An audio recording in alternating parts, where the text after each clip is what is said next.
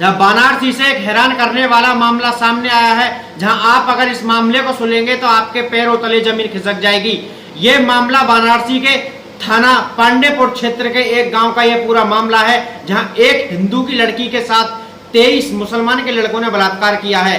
आपने सुना होगा कि एक लड़की या महिला के साथ रेप होता है, बलात्कार किया जाता है तो एक लड़के या 2 लड़के या गैंग रेप भी होता है, 4 या 5 लोग करते हैं। लेकिन इस लड़की के साथ ये नाबालिग लड़की थी, इसके साथ 1 नहीं 2 नहीं 3 नहीं बल्कि 23 लोगों ने बलात्कार किया है। इसके साथ 7 दिन तक बलात्कार करते रहे ये 23 लड़के, और वह भी मुसलमान थे।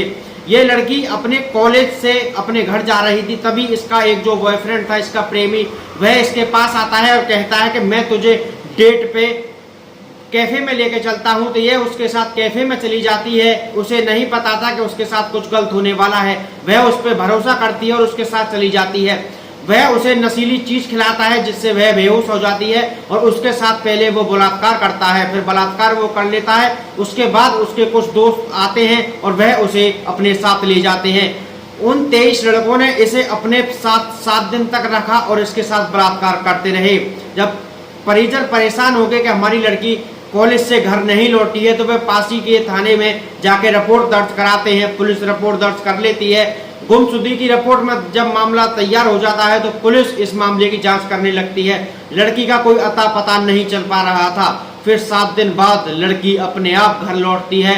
वह सहमी हुई थी। जो उसकी माँ ने जब उस लड़की को देखा तो वह उससे पूछती है कि बेटा क्या बात हुई, तेरी हालत इतनी बुरी कैसे हुई और तू 7 दिन तक कहाँ थी। तो लड़की 2 दिन तक कुछ नहीं बताती है, वह चुप रहती है। ना उसने कुछ खाया था, ना उसने कुछ पिया था। उसके जो परिजन थे, माँ और बाप, ना उसका कोई भाई था, ना उसकी कोई बहन थी, इकलौती वह लड़की थी।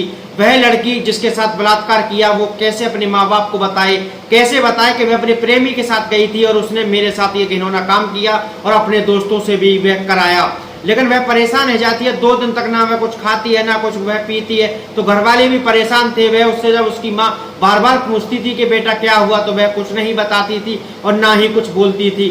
फिर ज्यादा प्रेशर डालने के बाद वह जब हकीकत बताती है और कहती है कि मम्मी मेरे साथ घिनौना काम किया गया है, मेरा जो प्रेमी था समीर, उसने घिनौना काम किया है। तो उसकी माँ उससे फिर पूरी बारीकी से पूछताछ जब करती है तो वह खुली बात बताती है कि मेरा जो प्रेमी था मुझे कैफे में लेके गया था, उसने पता नहीं मुझे क्या नशीली चीज खिला दी जिससे मैं बेहोश हो गई। मुझे आगे का कुछ नहीं पता, लेकिन मुझे इतना पता है कि मेरे साथ दरिंदगी की गई है। वह 1 नहीं 2 नहीं बल्कि 23 लड़कों ने मेरे साथ बलात्कार किया है।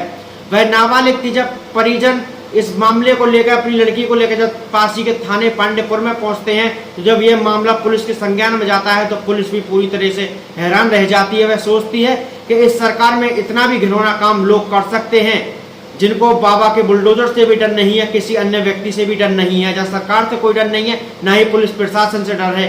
वह तहरीर के आधार पर जब इस मामले की जानकारी लेते हैं, लड़की का जब मेडिकल कराया जाता है तो पता चलता है कि लड़की नाबालिग नहीं बल्कि बालिग है।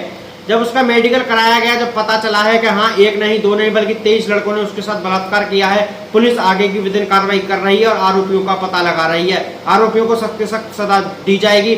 जहां मैं आप सबसे एक ही बात कहता हूं कि आपका कोई भी प्रेमी हो, आप किसी के साथ घूमने ना जाएं। आपके साथ वह घिनौनी हरकत भी कर सकता है और अपने दोस्तों से करवा भी सकता है। Bureau report, India crime news में मनीष ठाकुर। 29 मार्च को सर अपनी मर्जी से देखते हैं दोस्त के पास में।